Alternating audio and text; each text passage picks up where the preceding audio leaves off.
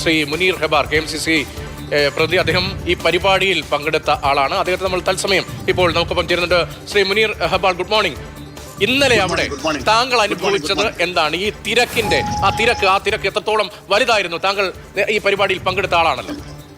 അതെ, ഇന്നലെ വിധാൻസഭ 2 മണിക്ക് തൊട്ടേ അവിടെ ഉണ്ടായിരുന്നു. ഈ പരിപാടി സംബന്ധമായി വളരെ 1 മണി തൊട്ടേ റോഡ് മൊത്തത്തിൽ ബ്ലോക്കായിരുന്നു.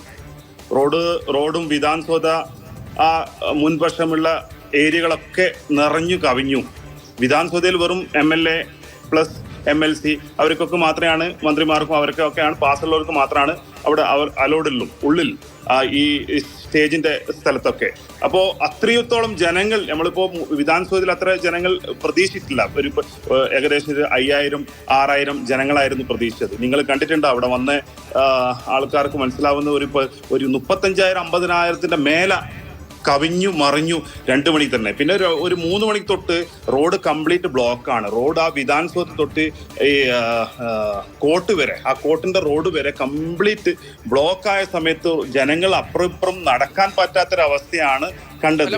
പിന്നെ ഒരു കാര്യം, അതിനൊരു ക്ലാരിറ്റിക്ക് വേണ്ടിയിട്ടാണ്, ഇത് പെട്ടെന്നുണ്ടായ ഒരു ആൾക്കൂട്ടമാണോ, പെട്ടെന്നുണ്ടായ ഒരു തിരക്കാണോ? 1 മണിക്കൂറിനിടയിൽ എത്രയധികം ആളുകൾ എത്തിയതാണോ, അതോ കുറെ യാജുലായി ഈ തിരക്ക് കൂടി വന്നാണ്? ഇത് പോലീസിന് നേരിട്ട് മനസ്സിലാക്കാൻ കഴിയാതെ പോയെന്നാണോ, അതോ അവർക്ക് ആ തിരക്ക് മനസ്സിലായിട്ടും ഇതിങ്ങനെ ഒരു അപകടത്തിലേക്ക് പോകും എന്ന ചിന്ത ഉണ്ടാകാതെ പോയത് കൊണ്ടാണോ?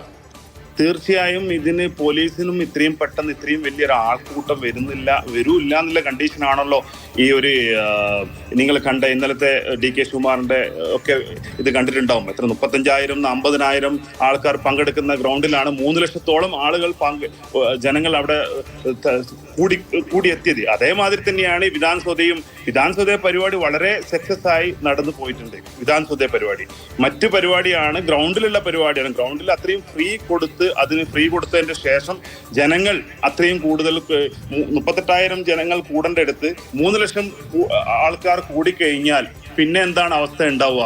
അതിന്റെ അത്രത്തോളം ഒരു ഗൗരവമായി പോലീസുകാർ അവിടെ ഈ പോലീസുകാരുടെ കാര്യം പറയുമ്പോൾ മുനീർ, അപ്പം 5000 പോലീസുകാരെ വിന്യസിച്ചു, 5000 പോലീസുകാരുണ്ടായിരുന്നു ഈ ജനങ്ങളെ നിയന്ത്രിക്കാൻ. പക്ഷേ ഈ ആളുകളെ എങ്ങനെയാണ് ലാത്തി വീശി ഓടിക്കുക എന്നാണ് DK ശിവകുമാർ ചോദിക്കുന്നത്.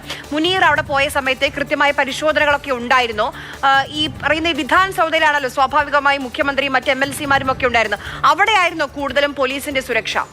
അവിടെയാണ് കൂടുതൽ പോലീസുകാർ അവിടെ ഉണ്ടായിരുന്നത്. കൂടുതലായിട്ട് പോലീസ് ഏകദേശം ഈ പരിപാടി നടക്കുന്ന ഒരു മണിക്കൂർ ഗ്യാപ്പോളം കംപ്ലീറ്റ് പോലീസും CM-ഉം DCM ഒക്കെ വരുന്നത് കൊണ്ട് അതിന്റെ സംവിധാനത്തിൽ അതിന്റെ ചെക്കിങ്ങും കാര്യങ്ങളൊക്കെ കൂടുതലായിട്ട് അവിടെ പോലീസുകാരെ കണ്ടു. കൂടുതൽ 2,000-3,000 പോലീസുകാർ തന്നെ റോഡ് തന്നെ വിധാൻസഭ റോഡ് തന്നെ കണ്ടായിരുന്നു. പക്ഷേ അതിന്റെ ഇടയിലാണ് വിധാൻസഭയിൽ നടക്കുന്ന പരിപാടിന്റെ അതേ സമയത്തായിരുന്നു അവിടെയും റഷ് വന്നത്. ആ റഷിനെ കൺട്രോൾ ചെയ്യാൻ പോലീസിന് ചെറിയൊരു മിസ്റ്റേക്ക് പറ്റിയിട്ടുണ്ട്. ചെറിയ മിസ്റ്റേക്ക് ആണോ മുനീർ? കാരണം 11 പേരുടെ ജീവൻ നഷ്ടമായി. RCB ആണ്, വിരാട് കോഹ്ലിയാണ്, 18 വർഷം നീണ്ട കാത്തിരിപ്പാണ്. ആ സംഘാടനത്തിലെ ആ പാളിച്ച അത് ചൂണ്ടിക്കാണിക്കാൻ ഇപ്പോൾ പ്രതിപക്ഷം പറയുന്നുണ്ട്. കാരണം ഇത്രയധികം ആളുകൾ വരും. നമ്മൾ ഇതിനു മുൻപ് മുംബൈയിലൊക്കെ ഈ അടുത്തല്ലേ കണ്ടത്, ആളുകൾ നമ്മുടെ ഇന്ത്യ കപ്പുമായി എത്തിയപ്പോൾ അവിടെ ഇത്ര സമയം പോലും കിട്ടിയിരുന്നില്ല അവിടെ സംഘാടനത്തിന്. പക്ഷെ മുംബൈ പോലീസ് അത് കൃത്യമായി തന്നെ മുന്നോട്ട് കൊണ്ടുപോയി. ഒരു അനിഷ്ട സംഭവമായി പോലും മുംബൈയിൽ ഉണ്ടായില്ല. ആ ദൃശ്യങ്ങൾ നമ്മുടെ ഓരോരുത്തരുടെയും മനസ്സിലില്ലേ? അപ്പോൾ ഇവിടെ എങ്ങനെയാണ് പിഴച്ചത്?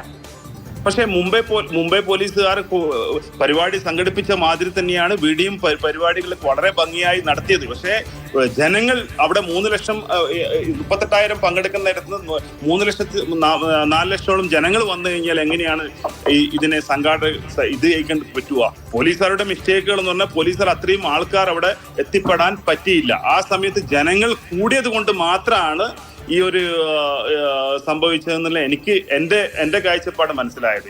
തീർച്ചയായും അത് ദയവായി തുടരൂ. ഞാൻ